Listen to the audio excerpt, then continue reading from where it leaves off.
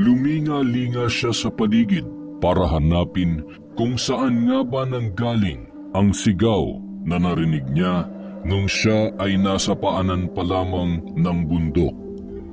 Nang masilayan ang isang kahindik-hindik na senaryo, tila nagsalimbayan ang kanyang mga kaugatan.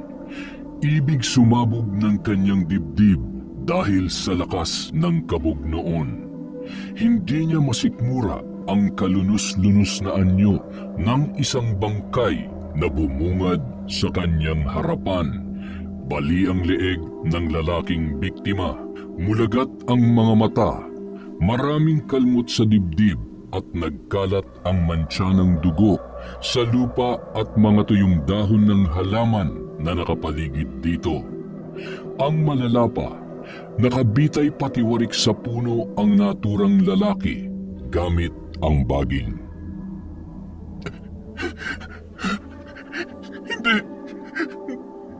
Hindi itong gusto kong mangyari.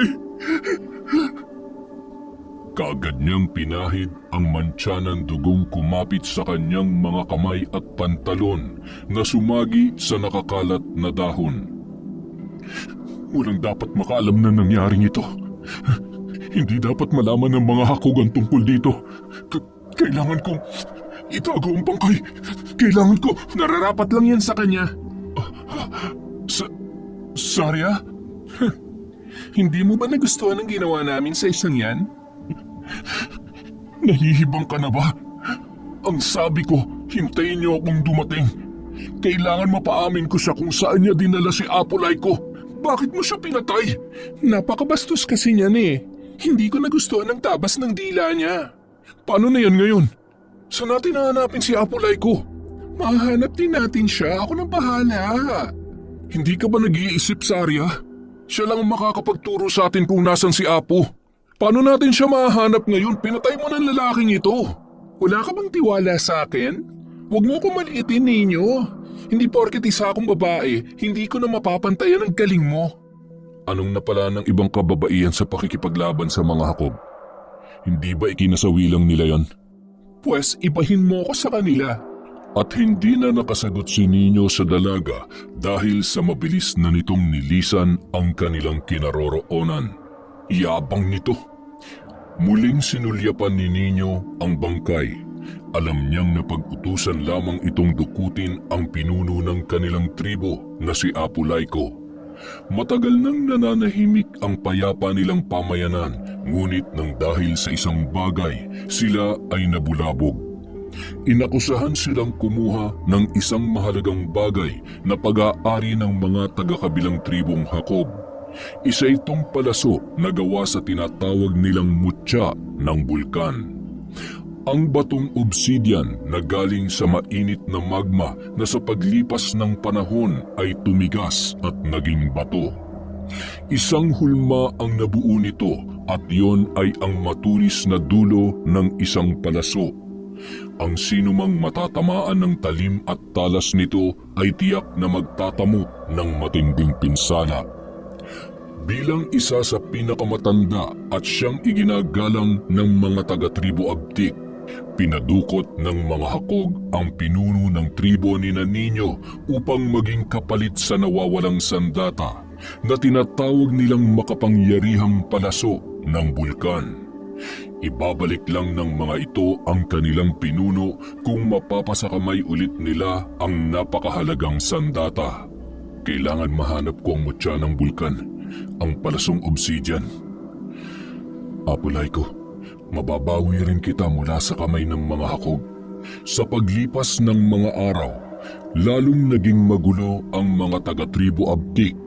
Ang lahat ay may kanya-kanyang suhestyon, subalit hindi sila magkasundo-sundo dahil sa walang matinong namumuno. Hanggat wala si Apulaiko, hindi magiging maayos ang takbo ng munti nating pamayanan ninyo. Tingnan mo mga katribo natin, nagkakagulo. Ginalugad ko ng mga kalapit na bundok, ngunit hindi ko matagpuan si Apo. Pati sa kuta ng mga Hakog, wala rin siya ron. Maging sa bayan ay hindi ko siya natagpuan. Askaf, Nino, may dala akong balita. Nahanap ko na si Apulaiko. Talaga? Magandang ang balita yan, Sarya. Sa isang kuweba, malapit sa paanan ng bulkan. Doon ikinulong ng mga hakog si Apo. Hindi ko nga lang nasisiguro kung gaano karami ang bantay. Narinig kong nag-uusap ang ilang mga hakog kanina. Nasa ikapitong bundok. Kung ganun, ano pang hinihintay natin? Iligtas na natin si Apo. Tandaan niyong hindi basta-basta napapasok ang lugar na yon. Siguradong dadaan tayo sa matinding pagsubok bago makuha si Apo. Ilang araw din ang lalakbayin natin bago marating ang ikapitong bundok. Handa na ba kayo? Huy, handa na ba kayo? Para saan pang pag-iensayo kung hindi rin lang natin magagamit sa pakikipaglaban? Tayo na. Ang misyon natin ay ibalik ng ligtas ang ating pinuno. Maggayak na tayo. Bago sumapit ang bukang liwayway, aalis na tayo rito. Puno ang determinasyong naglakbay ang tatlo. Dala ang kani-kanilang mga sandatang pana at sibat. Tinaluntun nila ang masukal na kagubatan. Ilang sapa at ilog ang kanilang tinawid. Magpahinga muna tayo. Kailangan nating magkaroon ng sapat na lakas para sa mga susunod pa mga araw. Kumakalam na rin ang sikmura ako. Ako nang bahala sa panguhuli ng isda. Ako naman, iihawin ko lang muna tong mga kamote. Tutulungan na kita, Sarya. Kaya ko na ito mag-isa. Sungit naman nito. Pagsapit ng gabi, tanging huni ng panggabing mga ibon at tunog ng mga kulisap lang ang maririnig sa buong paligid. Huwag tayong pumwesto dito sa lupa. Hindi natin alam, baka may mga hakog na dumaan. Matutulog tayo sa itaas ng mga puno. Tama, itali niyo na lamang ang inyong sarili sa mga sanga. Nang sa gayon ay hindi kayo mahulog, oras na humimbing ang tulog niyo. Paglipas ng ilang oras, nagising si Nino sa mga kaluskos na nagmumula sa ilalim ng punong kanilang inakyat. Pinakiramdaman niya ang paligid.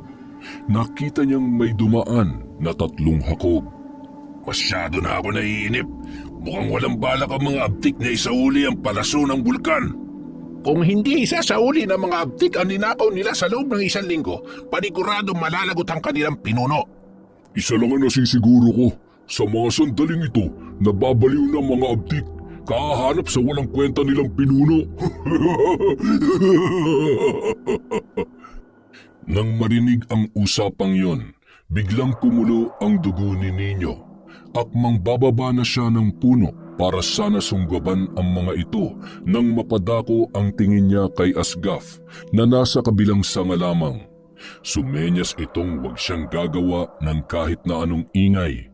Naunawaan niya naman kaagad ang kasama kaya natigil siya sa kanyang binabalak gawin at hinayaan na lamang na mawala sa kanilang paningin ang 3. Ninyo, sa susunod, huwag ka magpapadalos-dalos ng desisyon. Malayo pa tayo sa ikapitong bundok. Sa inaasta mong yan, baka hindi na tayo umabot doon. Nakakaasar kasi.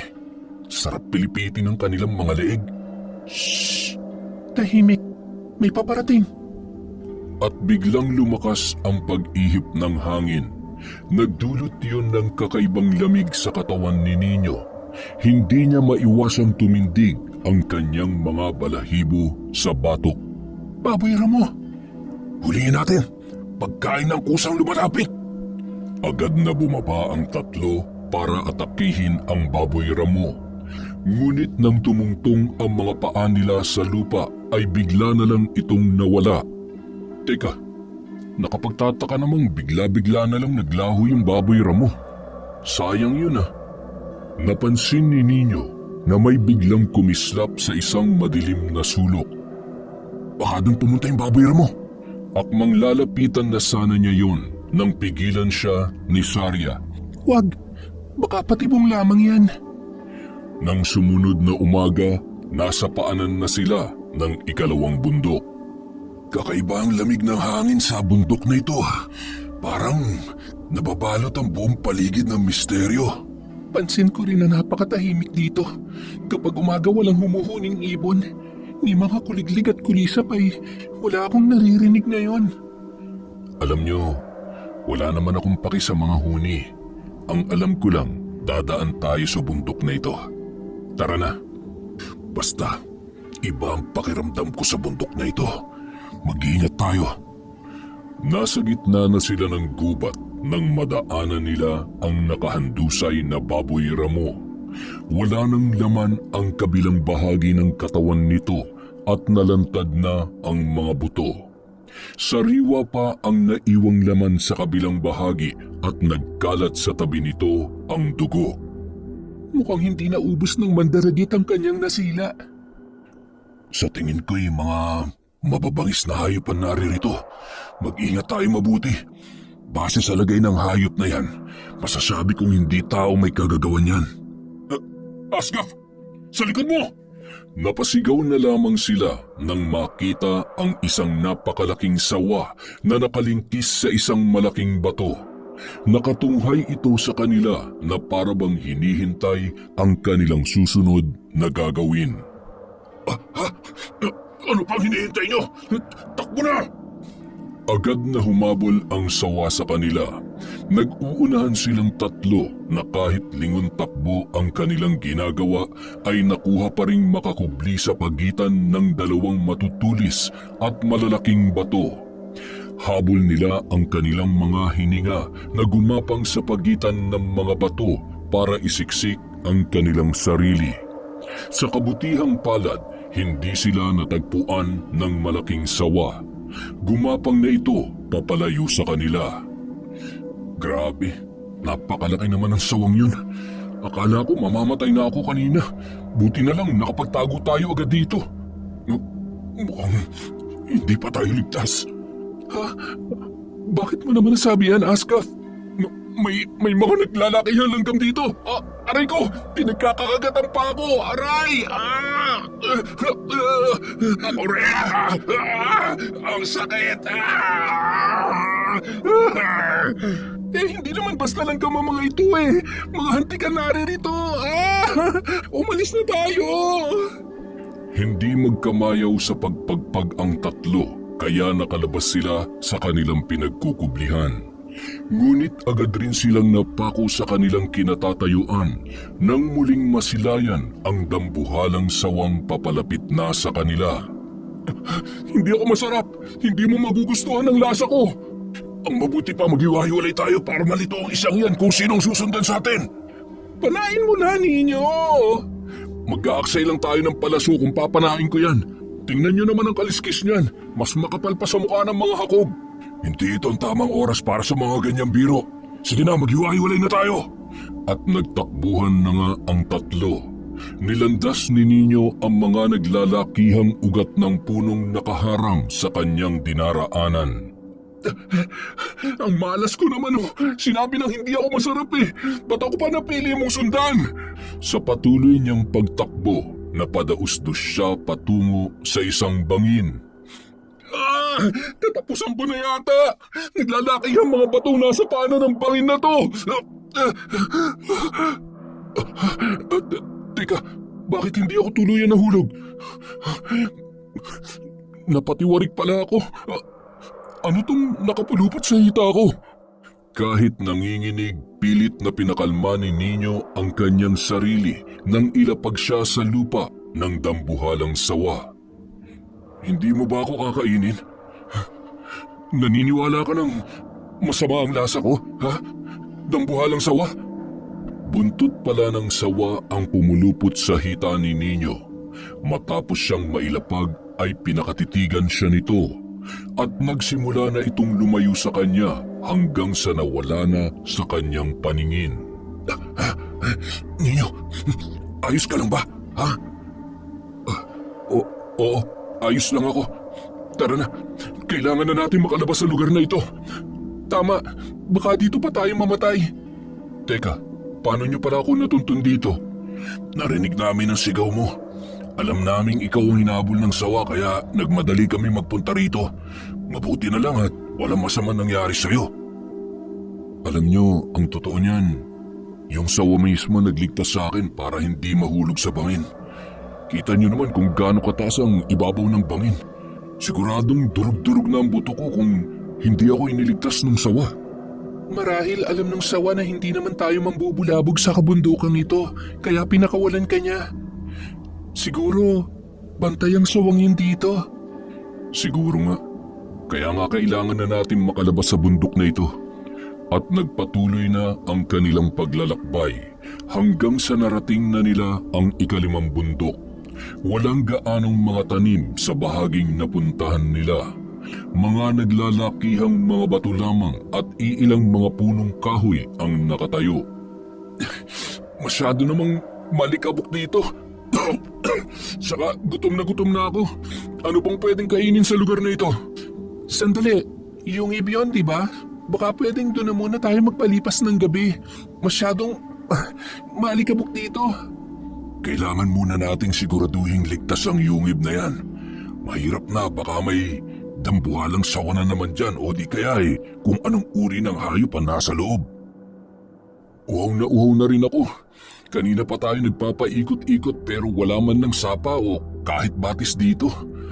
Wala na nga akong nailabas na ihi dahil sa matinding pagkauhaw. Tuyong-tuyo na yata ang buong katawan ko. Tiis-tiis na muna tayo, ninyo. Si Sarya nga kababaeng tao hindi nagre-reklamo. Ipinanganak akong matapang. Walang inuurungang laban. Sisiw lang para sa akin ang nararanasan natin ngayon. Ang yabang talaga nito.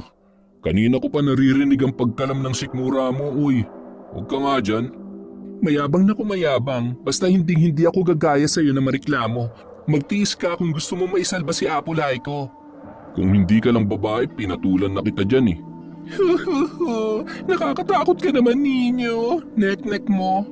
Tumigil na nga kayo. Nag-aasara na naman kayong dalawa. Wala na bang katapusan yung bangayan nyo na yan?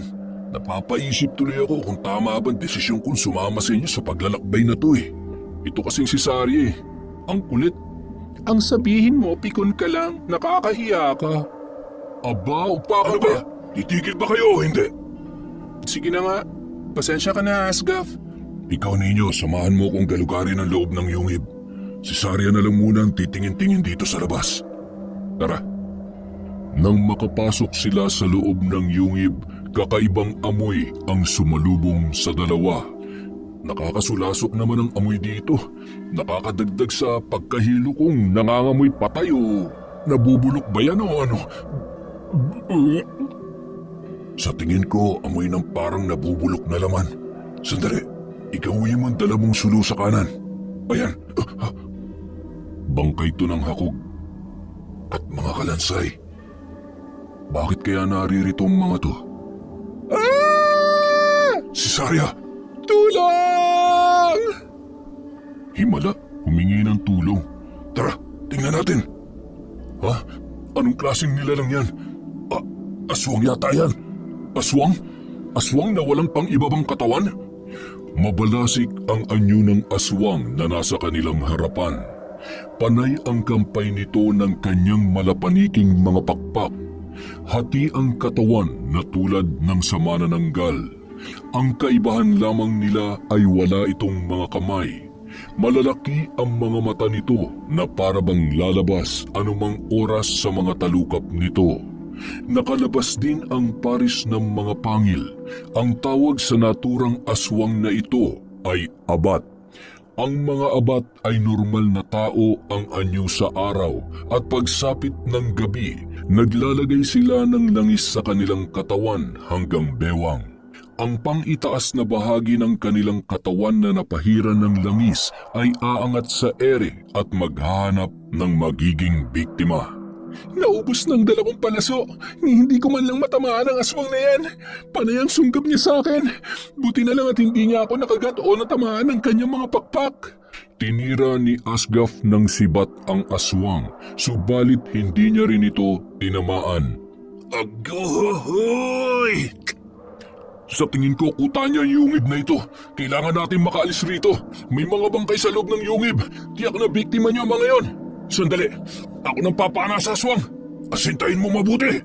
Pinakawalan ni Nino ang kanyang palaso.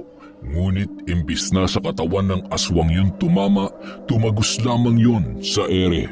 Ano ba naman yan? Sinunggaban sila ng abat na sa puntong yun ay gigil na. Sunod-sunod ang ginagawang pagpana ni Nino, ngunit hindi man lang nagawang tumama ang mga yon sa abat. Tumakbo sila sa magkaparehas na direksyon, ngunit sumunod sa kanila ang aswang. Malakas ang pagkampay nito sa malapaniking mga pakpak na halos sumayad na sa lupa. Ililigaw ko ang aswang! Hanapin niyo ang daan palabas sa bundok na ito! Ano? Hindi mo ba naiisip na delikado yung gagawin mo, Sarya? Kung wala magsasakripisyo, baka hindi na natin abutin ang buhay si Apo. Naniniwala akong makakasunod ka sa amin, Sarya. Asgaf, hahayaan mo lang si Sarya sa binabalak niya. Paano kung... Magaling siyang dumiskarte. Kayang-kaya niyang takasan niyang aswang. Pero baka... Nang sulyapan ni Nino ang kanyang likuran, wala na roon si Sarya, maging ang aswang. Ang babaeng yun talaga! Akala ko ba naiinis ka sa kanya? Ba't parang mas nag-aalala ka sa kaligtasan niya, ha Nino? Hindi ako patutulugin ng aking konsensya kung may mangyayaring masama sa kanya. Bakit? May pagtingin ka na ba kay Sarya? Hindi ah! Kasamahan natin siya, Asgaf. Babae pa. Kaya dapat ikaw na lang ang nagpahabol dun sa aswang eh. Sigurado ako na mas kaya mong takasan yun. Ibig mong sabihin wala kang tiwala kay Sarya? Meron naman. Kaso lang ano kasi... basta. Kasi may gusto ka na sa kanya. Kaya ganyan na lang ang pag-aalala mo. Ewan ko sa'yo. Bakit ba pinagpipilitan mo yung bagay na wala namang katuturan? Hanggang sa marating na nila ang kabilang panig ng ikalimang bundok. Mayabong na ang mga damo at puno na naroroon. Luntian ang paligid, sariwa ang hangin, kaya nakakapresko sa pakiramdam. Sana ayos lang si Sarya. Makakasunod siya sa atin, Nino. Tiwala lang. Sana nga. Ang pag-uusap nila na yon ay natigil sa biglang paghampas ng napakalakas na hangin. Umikot-ikot ang hangin sa paligid ni Nino hanggang sa bumuuyon ng ipo-ipo. At sa isang iglap lang ay tinangay siya nito patungo sa himpapawid. Nino! Sa loob ng ipo-ipo ay nagpaikot-ikot ang binata. Sa sobrang pagkahilo, parang naging lantang gulay ang kanyang katawan na sumusunod sa ikot ng ipo-ipo hanggang sa siya ay nawalan na ng malay. Nagising si Nino sa huni ng mga ibong nagpapalipat-lipat sa mga sanga ng punong nagbibigay lilim sa kanya at sa rumaragasang tunog ng tubig na dumadaloy. Nang igala niya ang kanyang paningin, napagtanto niyang parang nasa loob siya ng isang paraiso. Napapaligiran siya ng mga bulaklak na iba't iba ang kulay. Payapa at magandang pagmasdan ang batis na nasa kanyang harapan. Patay na ba ako?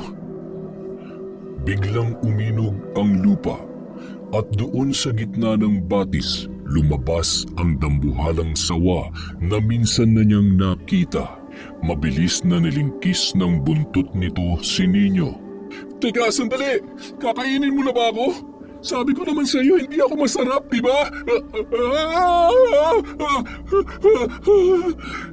Hindi na naituloy ni Nino ang pagsigaw dahil bigla na lang siyang dinala ng sawa palubog sa ilalim ng batis. May nakita siyang lagusan sa ilalim ng tubig. Doon siya inilangoy ng sawa upang marating ang isang kuweba. Sa pag-ahon ng binata, bigla ring naglaho ang dambuhalang sawa. Teka, anong lugar naman ito?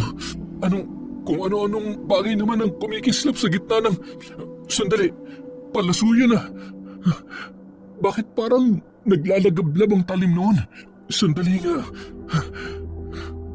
At nilapitan ni Nino ang palasong nakatarak sa pagitan ng dalawang bato. Sa itaas nakatutok ang talim noon. Hindi kaya ito yung sinasabi nilang palaso ng bulkan? Nagawa sa batong obsidian? Walang katumbas ang kirot na mararamdaman ng taong matatamaan ng talas at talim ng palasong obsidian.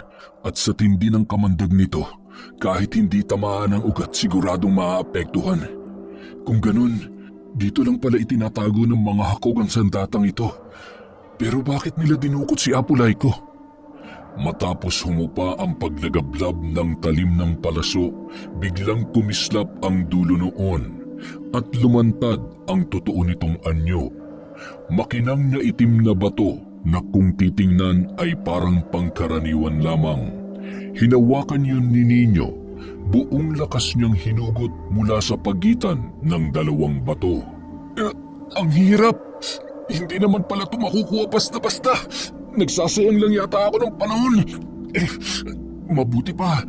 Hanapin ko na lang ang daan palabas dito. Tapos dadalhin ko ang pinuno ng mga hakog sa lugar na ito para patunayan na hindi kinuha ng mga abtik ang sandatang tinatawag na palaso ng bulkan, ang obsidian. Sa pagtalikod ni Nino, tila na kuryente siya sa kanyang kinatatayuan. Nagkaroon ng bultahe ang kanyang mga kamay at wala sa loob na hinugot ang nakatarap na palaso. Sa pagkakataong yun, madali niya na yung nakuha. Ang bigat naman pala nito. Dala ang palaso, inayos niya ang pana sa kanyang likuran.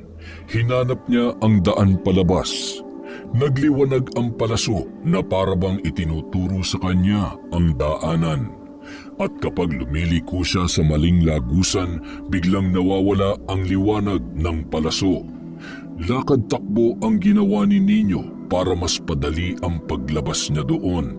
Sa tindi ng kanyang gutom ay mas nanaig pa ang kagustuhan niyang makalabas para makahanap ng pagkain. Hindi nagtagal, natagpuan na lang niya ang kanyang sarili na muling tinatahak ang kakahuyan. Paglabas na paglabas, nakakita siya ng ibon. Inasinta niya yon gamit ang palasong obsidian. Sa pulagad ang naturang ibon at nalaglag yun sa lupa. Sa wakas, makakakain na rin ako. Nagsindi siya ng apoy para ihawin ang kanyang nahuling ibon. Ilang sandali pa ay nakatulog siya matapos maubos ang kanyang pagkain. Naalimpungatan si Nino dahil sa mga yabag na papalapit sa kanyang kinaroroonan. Mabilis siyang umakyat ng puno para ikubli ang kanyang sarili. Asgaf! Uy Nino, mabuti at ayos ka lang. Ano nangyari sa'yo? Nasugatan ako. May nakainkwentro akong mga hakog. Yung tatlong hakog? Hindi. Ibang grupo. Mukhang galing sila sa paanan ng bulkan. Buti na lang at napuruhan ko silang lahat. Kailangan nating gamutin yung mga sugat mo. Ayos na. Nalagyan ko na ng panlunas ng mga dahon ng halaman. Ang inaalala ko ay si Saria. Hanggang ngayon ay hindi pa rin siya nakakasunod sa atin. Baka nga nauna na sa atin yun. Mahusay sa pakikipaglaban at madiskarte ang babaeng yun. Tama ka dyan. Sana nga. Teka, bakit Asgaf? May problema ba? Yung aswang na nakalaban natin, isa pala yung abat. Dugo ng taong iniinom nun. At kapag wala na siyang dugong masipsip, ginangat-gat niya ng paunti-unti ang laman ng kanyang biktima. Kaya pala niya tinatago ang mga bangkay sa yungib para hindi madali matagpuan at makita ng iba pang mga hayop na hayok sa laman. Ano naman ang kinalaman ni Saria dyan sa nalaman mo? Hindi mo ba naiintindihan ninyo? Maaaring nabiktima niya si Saria. Ikaw na nga nagsabi, di ba? Mahusay dumiskarte si Saria kaya siguradong hindi siya mahuhuli ng aswang. Ewan ko lang ha. Normal na tao lang si Saria. Samantalang ang aswang. Malaki ang pagkakaiba nila. Ay, wag na nga lang natin yung pagtalunan. Ang mabuti pa, puntahan na lang natin kung nasan si Apolaico. Hawak ko na ang mutya ng bulkan, ang palasong obsidian. Ang kakaibang sandata. Paano mo nakuha yan? Mahabang kwento. Isa lang ang masasabi ko sa ngayon. Mababawi natin si Apolaico. Oras na maibigay natin ang sandatang ito sa mga hakog. Sa isang kuweba sa paanan ng bulkan, nagkalat ang tribong hakog. Nagbabantay sa kanilang bihag na nakagapos sa loob ng kuweba. Papalubog na ang araw, ngunit alisto pa rin ang lahat. Napakarami pala ng bantay kesa sa inaakala ko. Paano tayo pupuslit kung ganyan nakakalat ang mga bantay? Dalawa lang tayo. Wala tayong kalaban-laban sa mga yan. Kung basta-basta na lang natin isusuko ang palaso, baka traidorin pa nila tayo. Kailangan pag-aralan natin mabuti ang susunod natin mga galaw. Mamayang gabi tayo kikilos. Madilim ang paligid kaya hindi nila agad tayo mapapansin. Tama ka. Mas malaki ang tsansa natin maipuslit si Apolaico. Saka natin isosoli ang palasok. Hindi. Sa tingin ko hindi naman ito sa kanila. Dahil kung ninakaw ang sandatang ito sa kanilang poder, bakit nakatago ito sa isang lugar na mahirap pasukin ng ordinaryong tao? Anong ibig mo sabihin? Tinulungan ako ng higanteng sawa na makapunta sa isang kuweba na may lagusan sa ilalim ng isang batis. Base sa kinalalagyan nito, mahirap pasukin ang kuwebang yun dahil ang hangganan ng kuweba ay hindi basta-basta madadaanan kung sa labas ang pagbabasehan. Parang hindi ko maintindihan na. Ulitin mo nga. Kung nakalabas ka doon, paniguradong may labasan. Mahiwaga ang palasong ito, Asgaf. May kapangyarihan at ang kapangyarihang yun ang tumulong sa akin upang matibag ang malaking bato na humaharang sa labasan ng kuweba. Di ba nakapasok ka doon? Malamang doon din dumaan yung magnanakaw ng palaso. Gaya nga ng sinabi ko, mahirap pasukin ang lugar na yon. Kaya naniniwala akong hindi ang mga hakog ang nagmamay-ari ng sandatang ito. Magaling, magaling, magaling. Sarya? Ginagamit mo rin naman pala yung kokote mo, Ninyo. Anong ibig mong sabihin? Tama ka, hindi pagmamay-ari ng mga hakog ang palasong obsidian dahil ang palasong yan ay matagal na nilang hinahangad na mapasa kanila. Paano mo nalaman ang lahat ng ito, Sarya? Sinabi ba yan ng mga hakog sa'yo? Simulat sa pool, alam ko na tungkol sa palasong obsidian, kung anong katangian yan at kung gaano yan ka-espesyal. Alam ko rin gumawa lang ng kwento ang mga hakog na ninakaw nating mga abtik ang espesyal na sandatang yan. At alam ko rin na hindi sila nagmamay-ari dyan. Bakit hindi mo sinabi sa amin ang mga nalalaman mo? Simple lang, para isa sa inyo ang kumuha nito. Alam kong sinabi ng propesiya na isang lalaking abtik ang makakahanap ng palasong obsidian.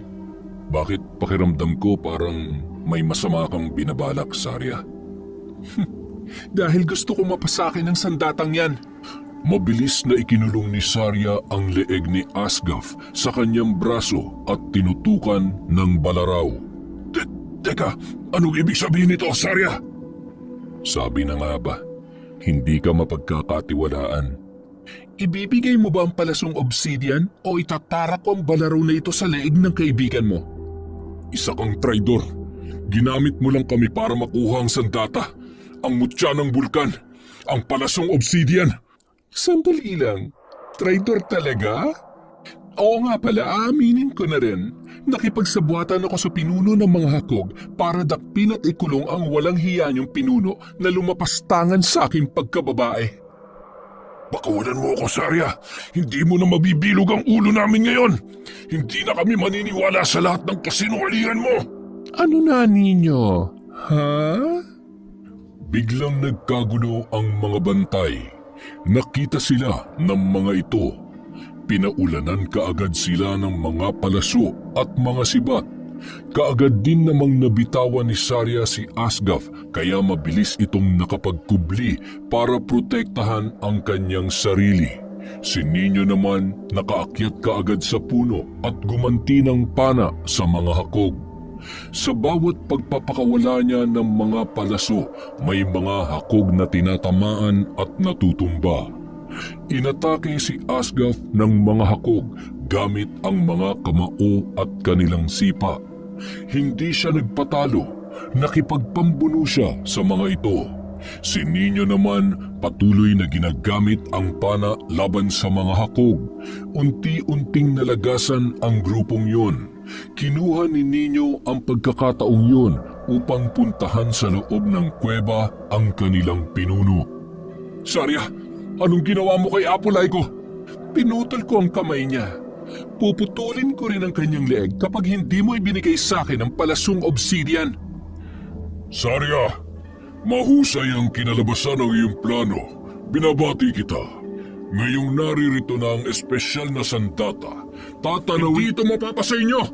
Sarya, lubayan mo si Apo kung ayaw mo magkasubukan tayo. Ninyo, patay na ang lahat ng mga hakog sa labas. Inatake ng mga abat. Abat? Bakit napadpad ang mga abat dito? Hindi lang isang abat ang sumalakay. Dalawa sila. Asgaf, tulungan mo kong alalayan si Apo. Kailangan makalis tayo ng buhay sa loob ng kuwebang ito. Mabilis na inalalayan ng dalawa ang kanilang pinunong ng hihina dahil sa natamo nitong pambubugbog mula sa kabilang tribo. Idagdag pa ang sakit, hapdi at kirot sa naputol na kamay ng kanilang pinuno. Dahil sa pagkaswapang ng pinunong hakog, nagmadali rin itong tinahak ang daanan palabas sa dulong parte ng kuweba. Sumunod sa kanya si Sarya. Ngunit biglang lumitaw sa kanilang harapan ang isang abat na nanlilisik ang mga mata. Kaagad na itinulak ng pinunong hakog si Sarya at dinutdut sa kanyang harapan upang siya ay maharangan at maprotektahan.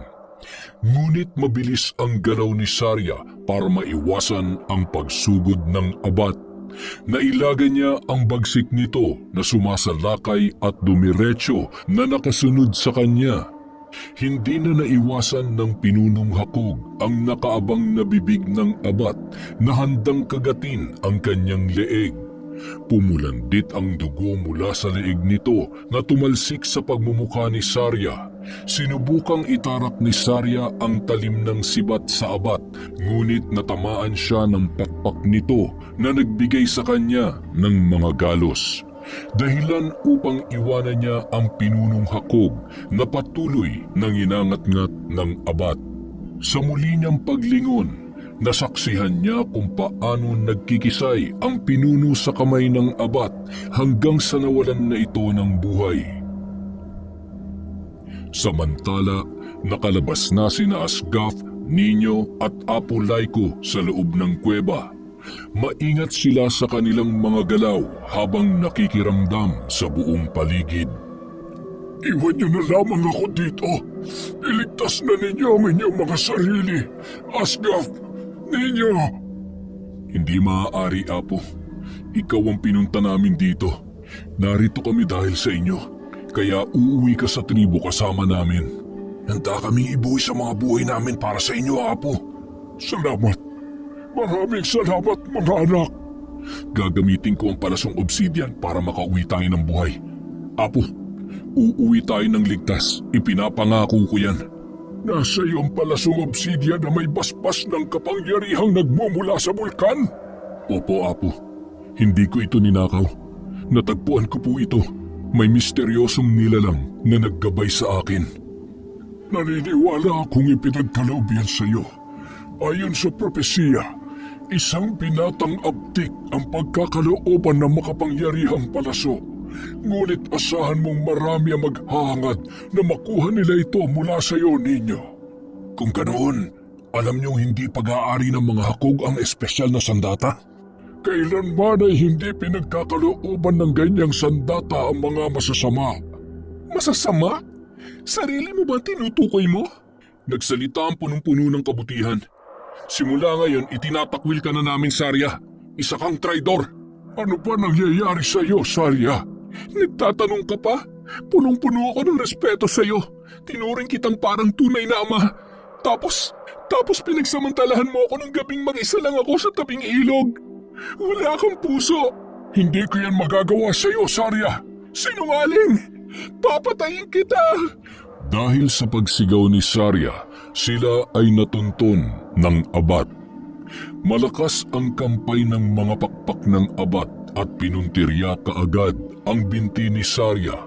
Pinagkakagat ito ng naturang aswang hanggang sa maputol. Maraming dugo ang nagkalat sa damong naapakan nila.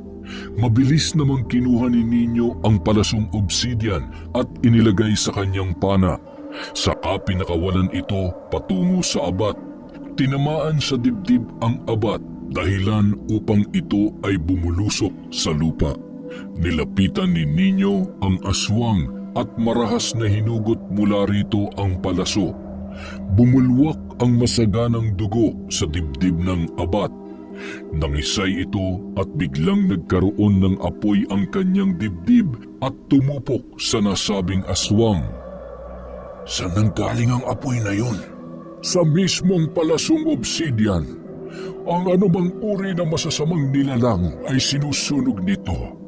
Bilang mutya ng bulkan, naglalayo ng obsidian na maparusahan ang lahat ng mga nilalang na may maitim na budhi.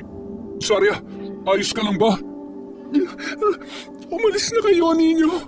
Tanggap ko na magiging kapalaran ko. Hindi kita iiwan. Isa siyang taksil ninyo. Baka nakakalimutan mo. Ang lahat ay pwede magbago. Lahat tayo ay may karapatang mabuhay dito sa mundo. Sama-sama tayong uuwi sa tribo. Lahat tayo ay biktima ng panlilinlang ng kalaban. Asgaf, ikaw nang bahala kay Apo. Ako na ang papasan kay Sarya. Hinubad ng dalawang lalaki ang kanilang mga damit para gawing panakip sa mga naputol na bahagi ng katawan ng dalawang kasamahan at determinadong maglakbay muli patungo sa kanilang tahanan. Matagumpay na nakaalis sila sa ikapitong bundok at ligtas na nakauwi sa kanilang kuta. Subalit sinalubong sila ng mga nakahandusay na bangkay ng mga abtik. Sinunog din ang lahat ng kanilang mga kubol. Walang natirang buhay, maging ang mga alaga nilang hayop ay tinangay. Sino may kagagawan sa lahat ng ito? Bakit parang pinaparusahan ang ating tribo?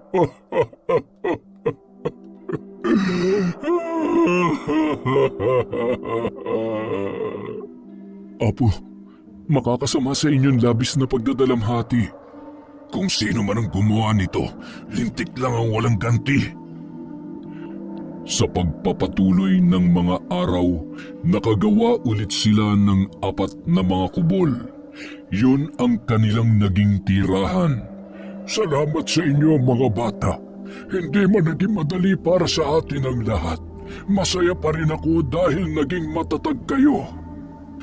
Kung hindi po dahil sa inyo, Apo, matagal na akong sumuko sa buhay. Sa katulad naming wala ng mga magulang, kayo po ang naging inspirasyon namin. Kayo ang aming naging sandalan. Simula po ng pagkabata ko. Bilang tumatayo ninyong magulang, gagawin ko ang lahat para protektahan kayo mga anak. Protektahan? Kasinungalingan. Hindi ka ba naniniwala kay Apo, Sarya?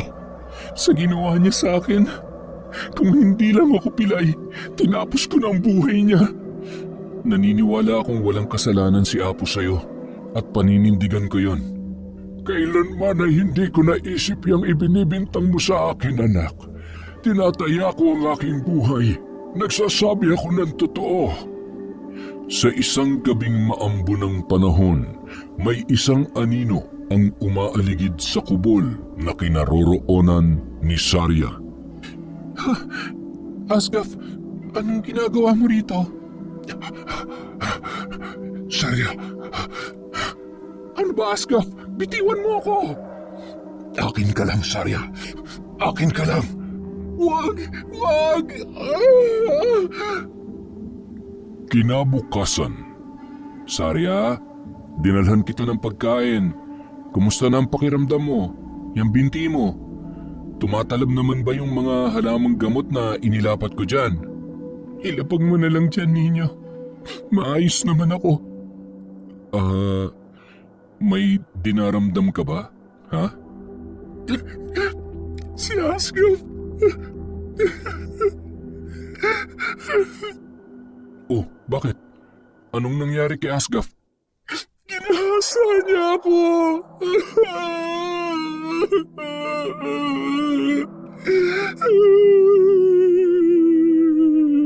Ano? Asgaf! Asgaf! Oh, ninyo, bakit hindi may pintay ang pagmumukha mo? Walang hiya ka!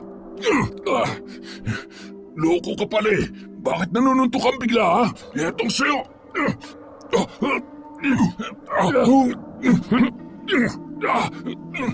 At naglaban na nga ang magkaibigan. Tama na yan! Dadalawa na nga lamang kayo'y halos magpatayan pa kayo. Ano ba mga problema ninyo? Ito kasing si Ninyo, Apo. Bigla na lamang nanunugod. Walang abiso kung bakit bigla na lang akong sinapak. Animal ka? Hindi ka man lang naawa sa kalagayan ni Sarya? Bakit? Ano bang ginawa ko sa kanya? Huwag ka na magmaang-maangan pa, Asgaf. Hayop ka talaga. Ano bang pinagsasasabi mo, ha, ninyo? Bakit mo pinasok si Sarya kagabi? Ha? Ano? Pinasok? Ayos ka rin talaga, no? Ang galing mo magdrama. Hoy, ninyo. Huwag kang gumawa ng kwento, ha? Huwag na huwag mo akong pagbibintangan dahil wala akong ginawa kay Sarya. Ang lakas din naman ng loob mo. Apo, ito pong si Asgaf. Pinagsamantalahan niya si Sarya kagabi. Aba, siraulo ka pala eh. Sino nagsabi sa iyo niyan, ninyo? Mismong si Sarya po, Apo. Mukhang palaisipan ang sinasabi mong yan. Buong gabi kong kasama si Asgaf. Ni minsan ay hindi siya lumabas. Paano nangyari ang pang-aakusa mo sa kanya? Siguro gumagawa na naman ng kwento yung si Sarya. Ba't ko naman siya pagsasamantalahan? Simulat sa pool, kapatid ng turing ko sa kanya. Alam mo yan, ninyo. Ibig sabihin, hindi totoong ginahasa mo siya?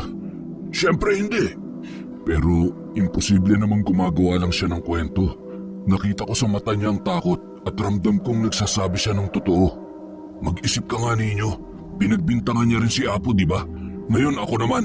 Hindi kaya nababaliw na yung si Sarya, kaya kung ano-ano na lang ang pumapasok sa isip niya? Sa palagay ko'y hindi.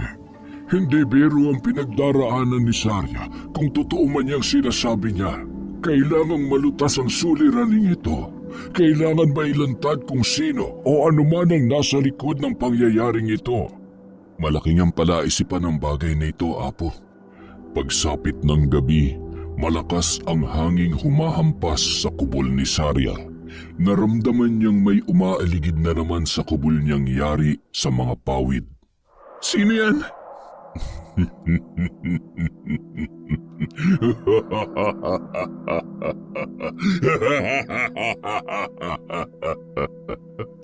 Ninyo? Ikaw ba yan?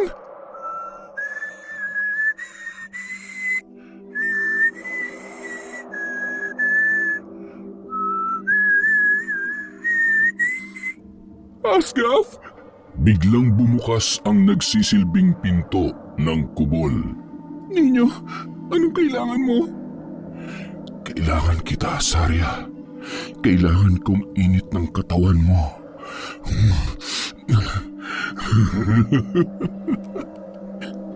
Ano nangyayari sa iyo, ninyo? Sarya! Ako ang totoong ninyo! Huwag ang isang yan! Bakit dalawang ninyo ang nakikita ko? Sino sa inyo ang totoo? Ipakita mo ang tunay mong anyo, Huwad! Nagpalipat-lipat ang mga mata ni Sarya sa dalawang ninyong nasa kanyang harapan. Hindi makapaniwala sa kanyang nasasaksihan. Biglang lumukso sa bintana ang huwad na ninyo at kumaripas ng takbo hanggang sa naglaho na ito sa dilim. Mabuti na lang at napansin kong may kausap ka. Kung hindi, baka may masama na namang ginawa sa iyo ang hunyangong yon. Naguguluhan ako. Hindi ka pinagsamantalahan ni Apo at ni Asgaf, Sarya. Dahil ang paulit-ulit na gumagawa nun sa iyo ay ang huwad na nilalang na yon. Ha? Kung ganun, mali ako. Kinaya lang ng nilalang na yan ang anyo ni na Apo at Asgaf. Tama.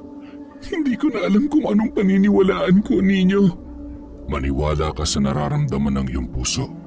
Halos hindi makapaniwala si Sarya sa kanyang natuklasan. Pero ang mismong mga mata niya na ang nakakita sa panggagaya nito sa anyo ni Ninyo. Nasisiguro kong babalik at babalik ang hunyango upang ninlangin pa tayo. At yun ang paghahandaan ko.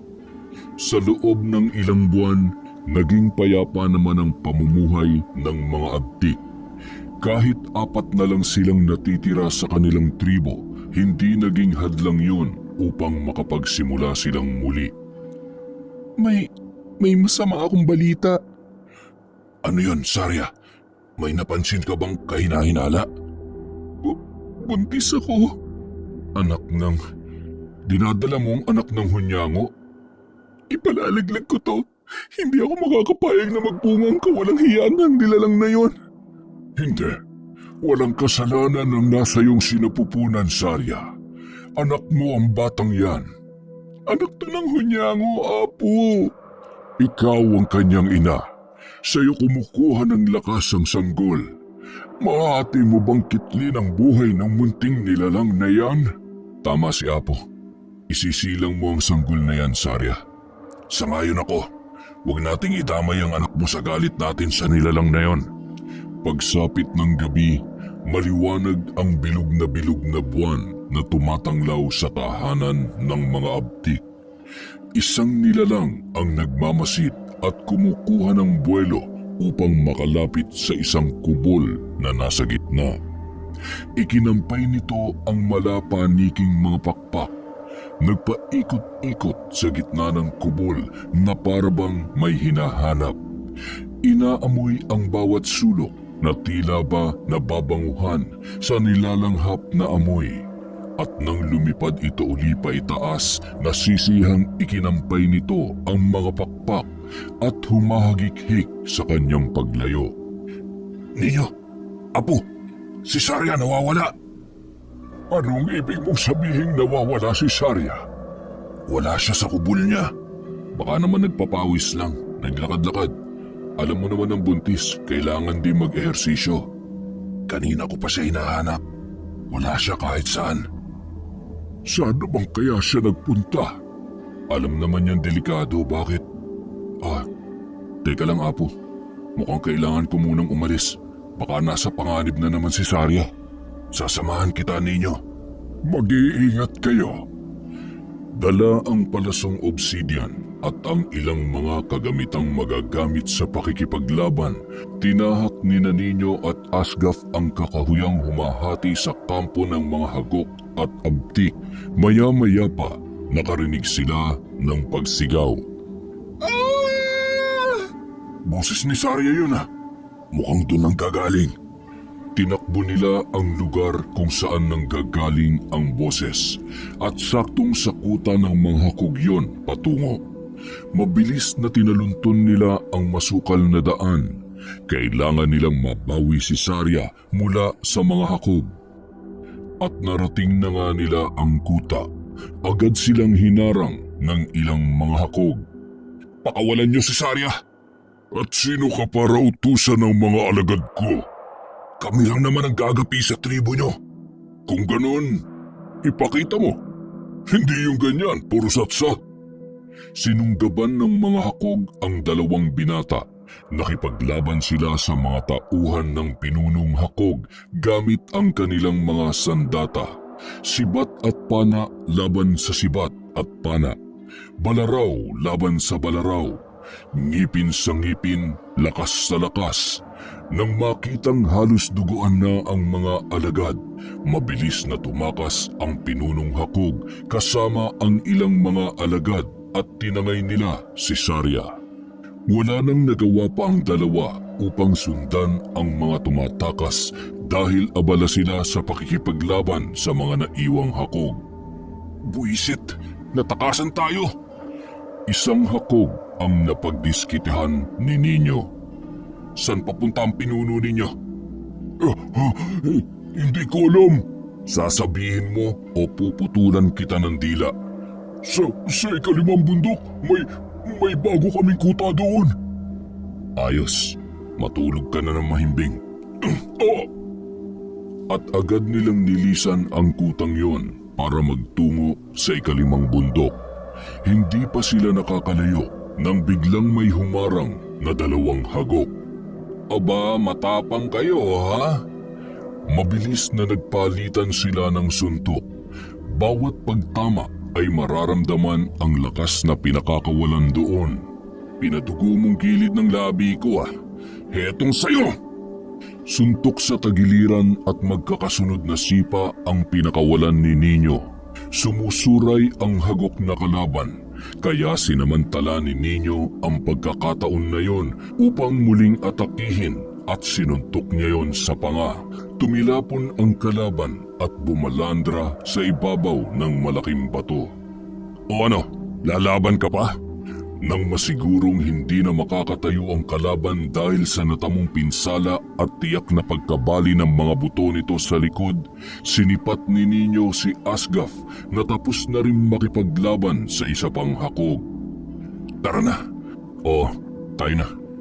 Mabilis ang kanilang naging pagkilos na binaybay ang masukal na kagubatan patungo sa kanilang destinasyon. Halos 3 araw din silang naglalakbay.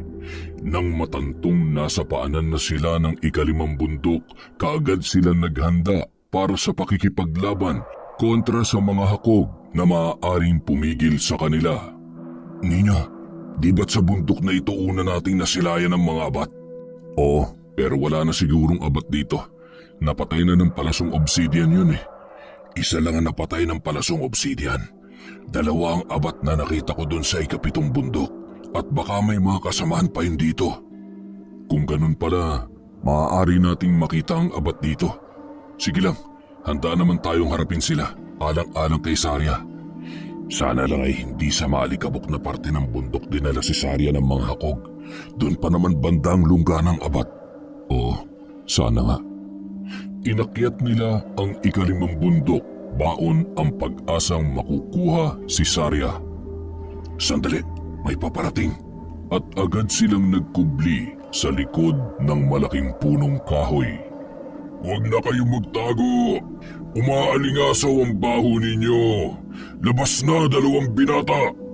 Nanatiling tahimik ang 2. Hindi sila palilinlang sa pinuno ng mga hakog. Matigas kayo, ha? Sige, dakpin na mga yan.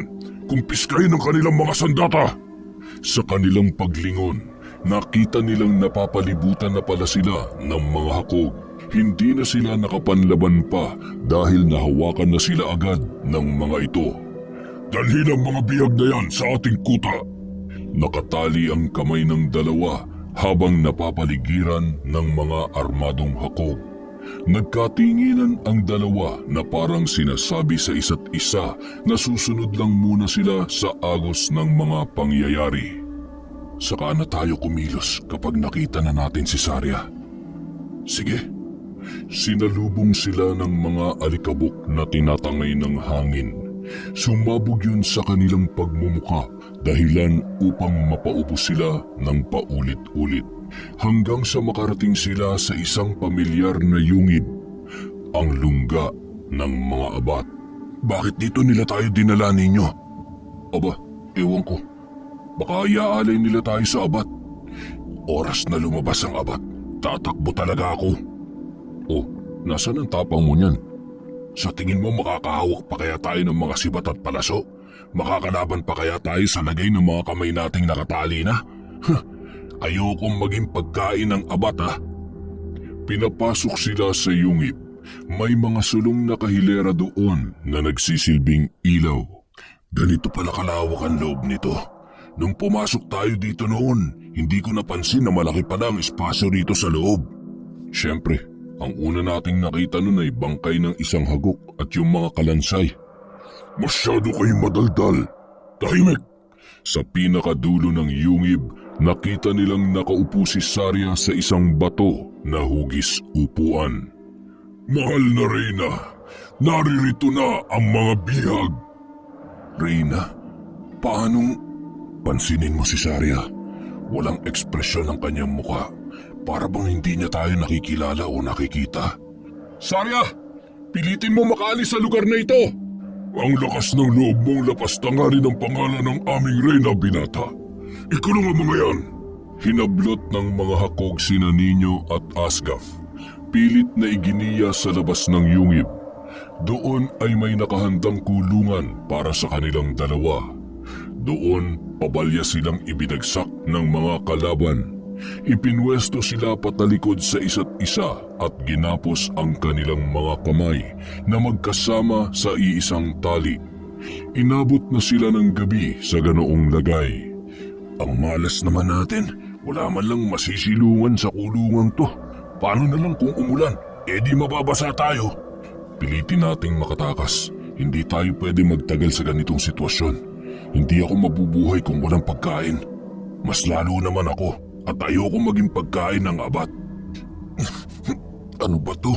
Kahit anong gawin ko, ang hirap makawala sa pagkakatali nila sa kamay natin. Nagkabuhol-buhol ng tali. Napakahirap kalasin. Paano mo naman makakalas yan? Hindi mo naman nakikita kung paano ibinuhol. Sandali, ano yung kumikislap na bagay na lumulutang patungo sa direksyon natin?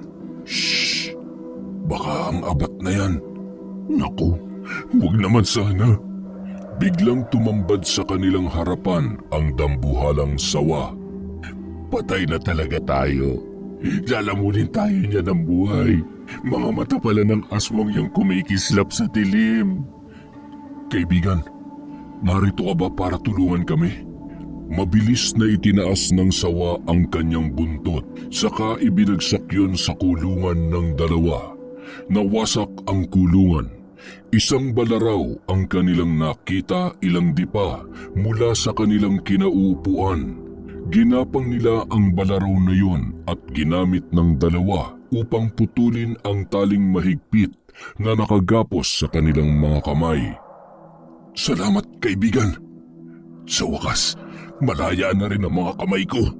Narinig ng mga hakog ang ingay na dulot ng pagkawasak ng kulungan, kaya naging alerto ang mga yon at mabilis na nagsikalat upang sila ay hulihin. Kaagad din namang humarang ang sawa sa mga hakog para makaalis ang dalawa. Mabilis ang kanilang mga kilos na nagpalipat-lipat sa mga naglalakihang bato para suyurin ang yungib upang hanapin ang kanilang mga sandata. Kailangan makuha natin ang palasong obsidian at ang mga sandata natin, Asgaf. Ang tanong, saan nila nilagay ang mga yun? Hanapin natin sa bawat sulok. Natitiyak ko na nandito lang ang mga yun. Dahil abala ang mga hakog sa pakikipaglaban sa dambuhalang sawa, walang kahirap-hirap na napasok ng dalawa ang yungib.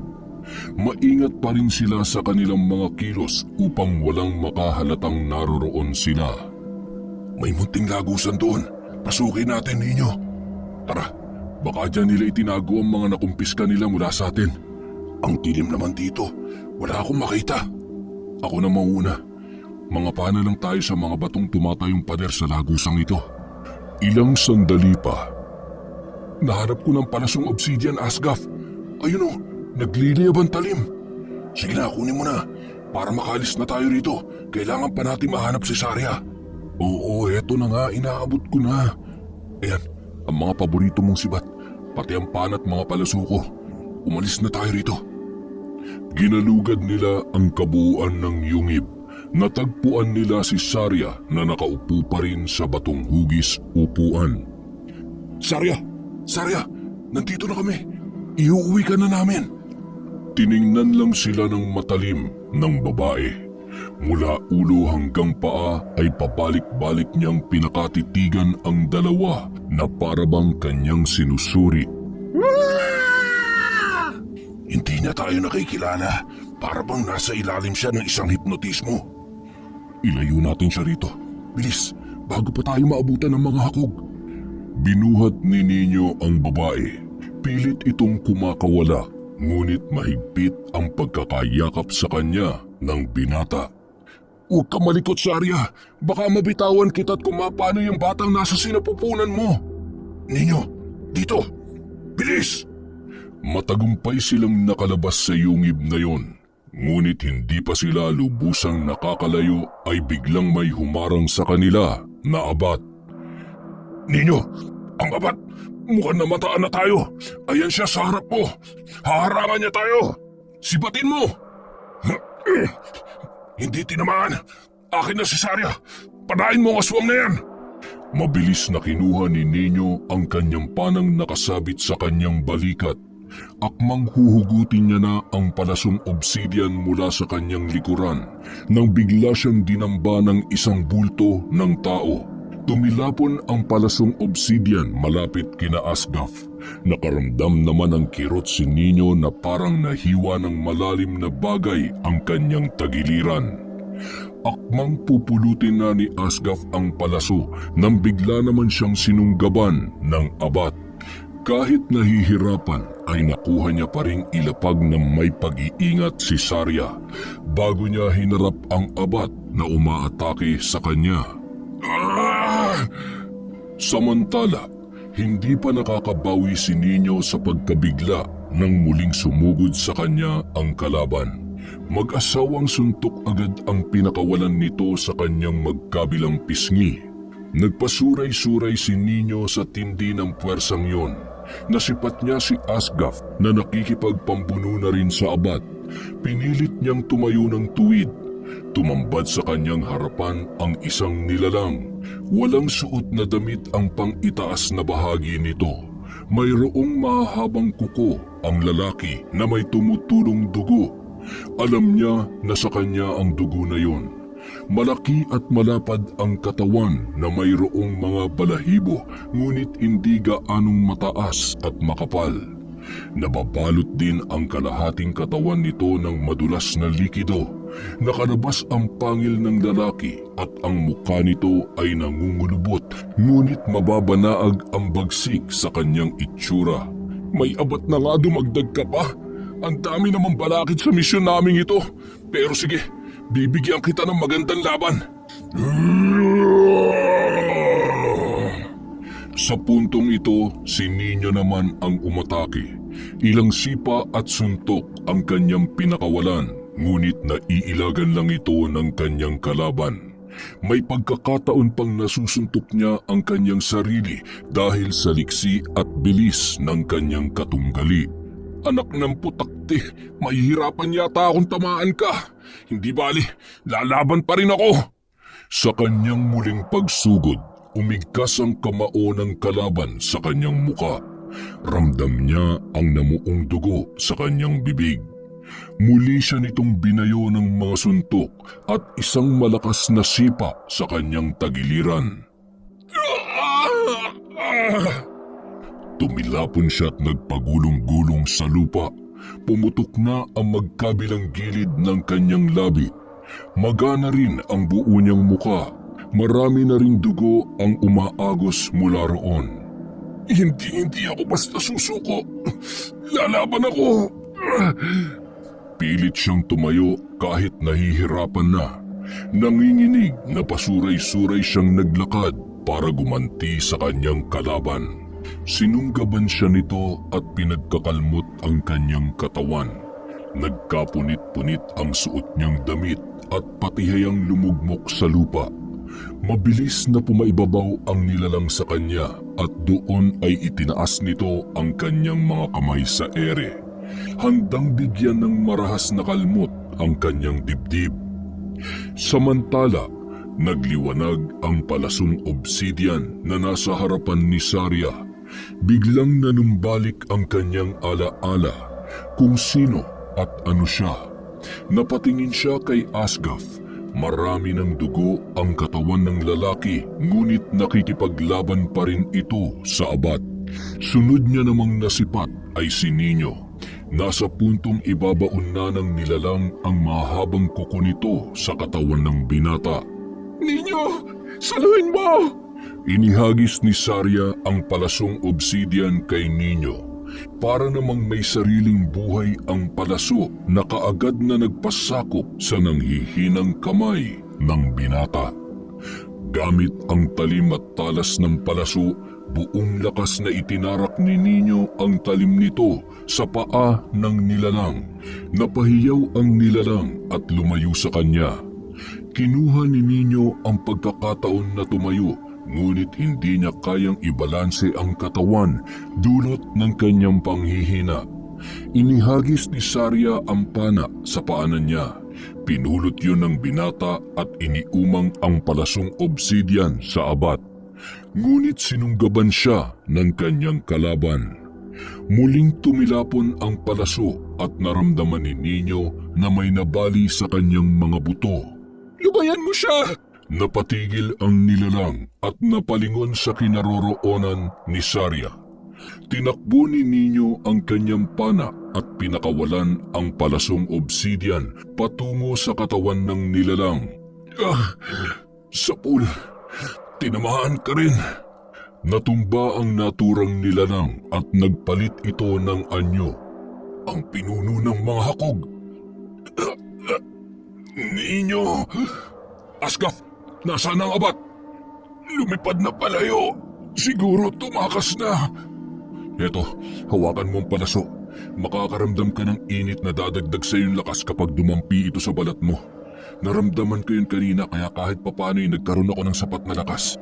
Nanumbalik rin ang aking liksi. Tunay nga makapangyarihan ang palasong ito. Paanong naging pinuno ng mga hakog ang nilalang na ito? Ha? Anong ibig mong sabihin, Sarya? Kitang-kita ng dalawang mga mata ko ang pagkamatay ng pinuno ng mga hakog doon sa kuweba ng ikapitong bundok. Ang nilalang na yan ay isang uri ng aswang na kayang magbalat kayo at gayahin ang katauhan ng kahit na sino.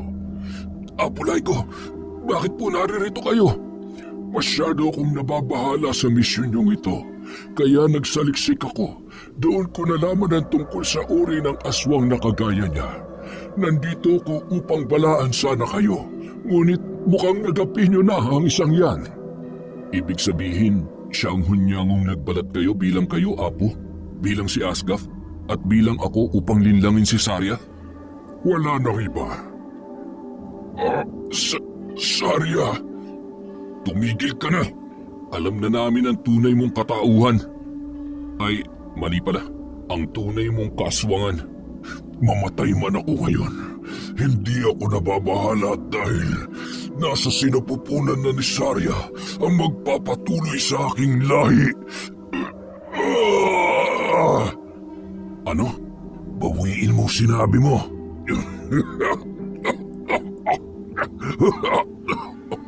Bawiin ko man o hindi, dumadaloy sa bawat ugat ng batang yan na nasa sinapupunan niya ang aking dugo. Hindi ako makakapayag. Apo, Ninyo, Asgaf, humihingi ako ng kapatawaran sa inyo. Apo, patawarin mo ako. Nagtanim ako ng galit sa inyo noon. Pasensya na pero kailangan kong gawin to. Sarya! Bakit sinaksak mo ang sarili mo? Bakit mo inayaang maagaw ni Sarya ang palaso mula sa iyo, Ninyo? Tingnan mo, tumagos pa sa kanyang likuran. Kung ako man ang magiging dahilan upang magsimula ang pag-asik ng kababalaghan nitong nasa aking sinapupunan, mabuti nang sa ganito humantong ang lahat. Hindi! Sarya! Sarya, huwag ka mamamatay! Wala na siya, Ninyo. Wala na si Sarya. Animal kang aswang ka! Dahil sa tindi ng galit ni Ninyo, makailang ulit niyang ibinaon ng talim ng palasong obsidian sa katawan ng aswang na nag-anyong pinunong hakog.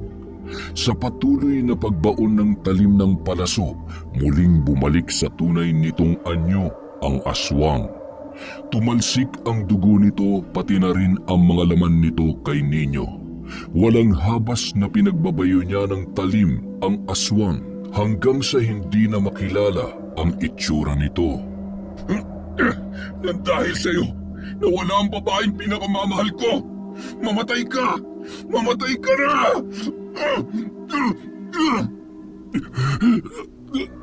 Itigil mo na yan. Ninyo, tama na yan.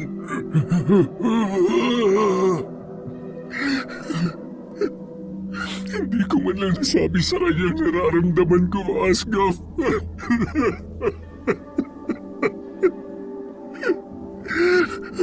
Sa tingin ko'y naramdaman niya naman yun, Ninyo. Sa mga pag-aalala at pag-aalaga mo sa kanya, alam niyang nagpapahiwatig yun ang iyong pagmamahal. Ninyo, Asgaf! Ninyo, si Apulay ko, sinakop ng pakpak ng abat ang leg niya. Bitiwan mo siya. Gamit ang kanyang pakpak, tinangay ng abat si Apulay ko. Mabilis na sinundan naman ito ng dalawa. Nilandas nila ang maalikabok na daan hanggang sa napadako sila sa kabilang parte ng ikalawang bundok kung saan mayayabong ang mga damo at ang mga dahon ng nagtataasang mga puno. Bagamat matatayog at malalaki ang mga punong naroon ay maaliwalas at malilim ito. Tumatagos pa rin sa mga mayayabong na dahon ang kakaibang sinag ng buwan na animoy laging nag-aagaw ang dilim at bukang liwayway. Nasaan na sila? Hindi ko nasundan kung saan lumusot ang abat. Teka lang, di ba putol na katawan yun ng tao? Bakit nakatayo pa rin yun doon? Hindi kaya yan yung kaputol na katawan ng abat? Lapitan natin. Aba, lalaki pala ang abat. Ito na nga siguro. Naghihintay na bumalik ang itaas na bahagi ng katawan niya. Anong gagawin natin? Tutusukin ko ng palasong obsidian ang mga laman loob niya. Sandali lang, mukhang papalapit na sila. Si Apo, kailangan masalo natin siya. Ayun, binitiwan na siya ng abat. Apo! Nasalo naman ng dalawang binata si Apo Laiko. Ngunit sa pagbaling ng kanilang mga tingin sa abat ay nakabalik na ito sa kanyang katawan. Wala na rin ang malapaniki nitong mga pakpak at ang malalaki nitong mga mata ay naging normal na. Nasaan yung tao na ang naturang aswang? Sa wakas ay nagkaharap din tayo, binatang may hawak ng mutya ng bulkan. Ang mabuti pa, ibigay mo na sa akin ang palasong obsidian. Hindi mo to makukuha sa akin. Mabilis na dinamba ng abat si Nino. Dahil hawak niya ang espesyal na palaso, naramdaman niya ang lakas na lumukob sa kanyang pagkatao, kaya madali niyang nailagan yon. Kahit nasaan yung tao ko, ang galaw ko'y nababalot pa rin ng lakas ng isang aswang.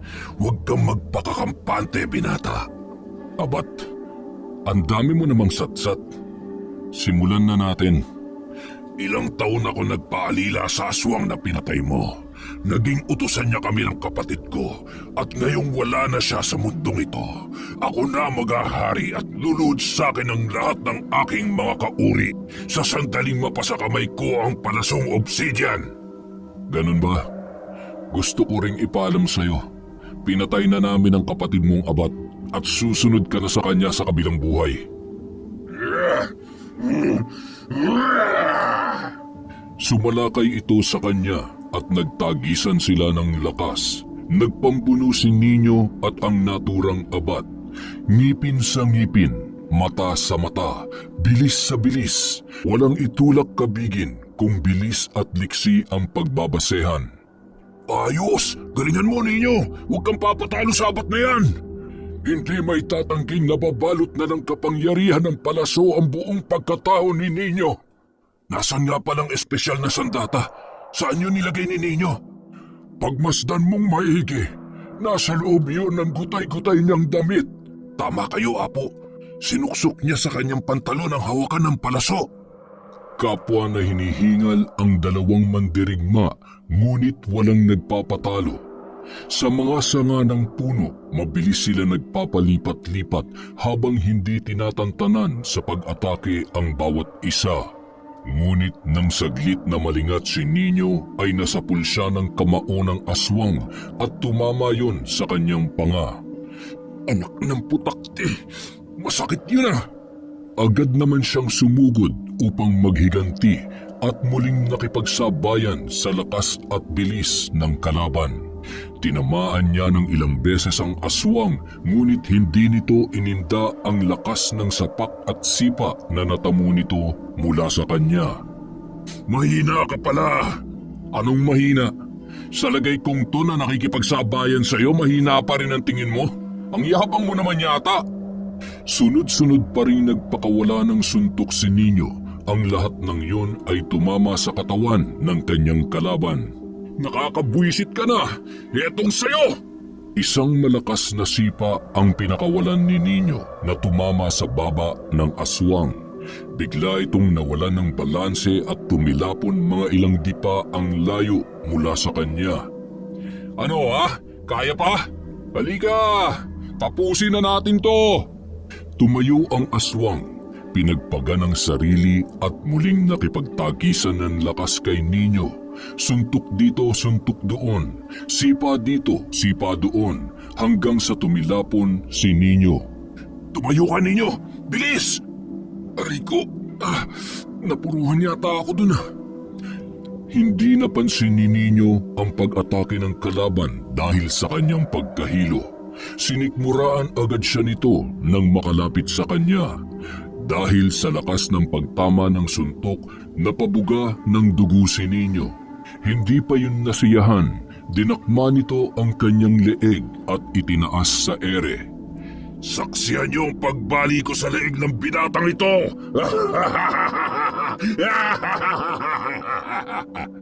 Ninyo! Tulungan mo si Ninyo! Asgaf, dali! Nagmamadaling kinuha ni Asgaf ang kanyang sibat at inasinta ang aswang. Mag-iingat ka! Baka si Ninyo ang tamaan mo! Apo naman, kailan pa pumalya ang tira ko? Ay naku, nakuha mo pang magbiro! Pakawalan mo na ang iyong sandata! At tinamaan nga ng sibat ni Asgaf ang aswang. Malakas ang loob mong pangas ka! Gusto mo bang ikaw ang unahin ko? Marahas na ibinalya ng aswang si Nino at sumadsad ito sa lupa. Mag-iingat ka, Asgaf! Nagpambuno sina Asgaf at ang aswang, ngunit hindi niya inaasahan ang sobrang lakas nito, kaya nagtamo agad siya ng mga pasa sa muka. Nabali ata ang mga buto ko! At muli siyang inatake ng aswang. Sa pagkakataong yun, pinuntirya nito ang kanyang mga binti. Malakas ang sipang pinakawalan ng aswang na hindi niya nailagan. Ramdam ko ang pagkadurog ng mga buto ko. Mas malakas pala siya sa anyong tao kumpara sa anyong aswang. Nilapitan siya ng abat at mariing inapakan ang kabila niyang muka. Mahinang nilalang. Diniinan ng maigi ng aswang ang paa nito sa pagkakatapak sa ulo ni Asgaf. Madudurog ang bungo ko! Akmang tatapusin na ng aswang ang pagpapahirap kay Asgaf at tutuluyan niya na sana ito nang maramdaman niyang may lumipad na bagay patungo sa kanya. Natigil ang aswang at unti-unting lumayo kay Asgaf. Ngayon mo sabihing mahihinang nilalang kami. Teka lang, bakit unti-unti kong nararamdaman ang pagkawala ng aking lakas? Malamang ay hinihigop na yan ang kapangyarihan ng palaso ng obsidian. Hindi ito maaari! Bago ka mamaalam sa mundong ito, pakinggan mo ang mensahe ko sa lahat ng mga aswang na napatay ng sandatang ito. Paalam sa inyo.